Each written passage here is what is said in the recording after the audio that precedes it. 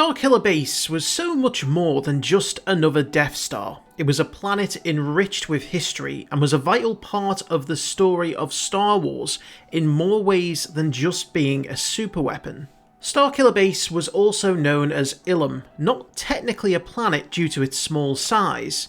It was a frozen wasteland that was inhospitable to most forms of life, though some non-sentient life was able to survive there. Over 10,000 years before the Galactic Empire would reign over the galaxy, a lone Jedi scout found Ilum, and further investigations led to the discovery of huge crystal caves beneath the surface of the dwarf planet. In these caves were kyber crystals, specifically mephite and pontite crystals that could be used in the construction of lightsabers.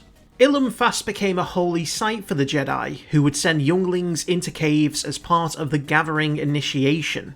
This was meant to test the Jedi initiates by making them overcome their fears and trust their instincts.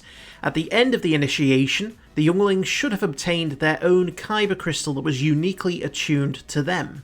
Now, access to the caves was only possible once every 17 days, thanks to the positioning of Ilum's weak star, which would be focused to specifically melt the frozen waterfall at the entrance to the caves, which would freeze over again in just a few hours, giving a limited window of access.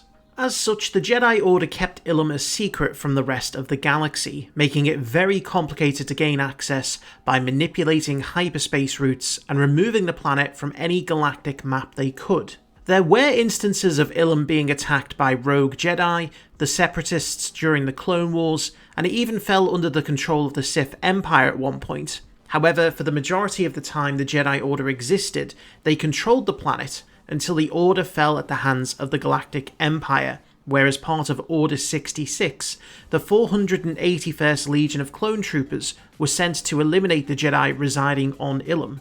In 18 BBY, the Empire officially laid claim to Ilum and began deep-level strip mining of the planet in order to obtain the vast number of kyber crystals, which would be put to use for projects such as the Death Star and the Zeiston-class Star Destroyers.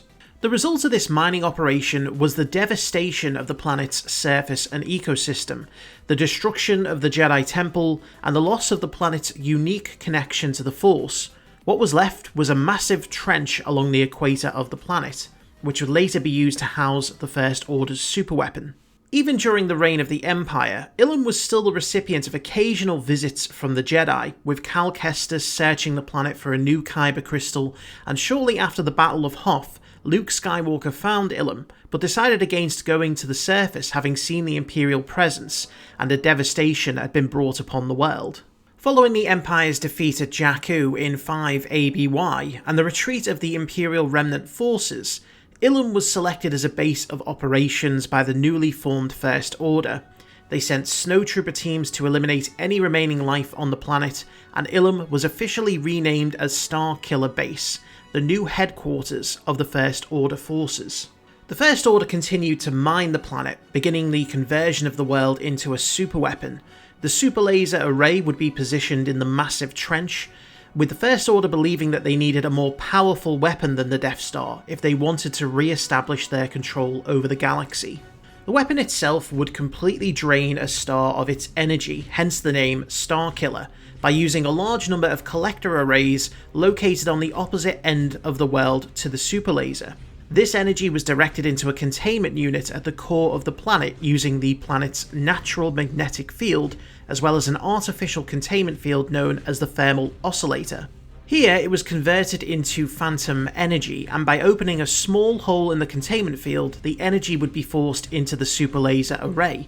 Once released, it would breach a hole in hyperspace, which would allow it to travel much further than a conventional laser weapon and be seen by star systems far away. The first test of the weapon was on the Najra Var system. The system's star was drained and the planets were cored out, killing all of the inhabitants and later being discovered by Poe Dameron and Kazuda Xiono.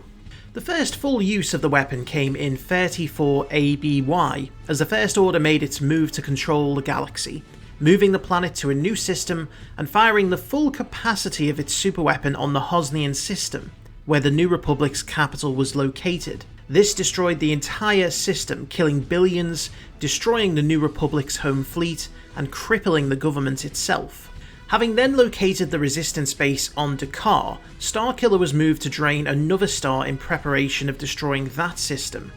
In order to prevent this, the resistance forces attacked the base, the planetary shields having been deactivated by Han Solo's small strike team on the base itself.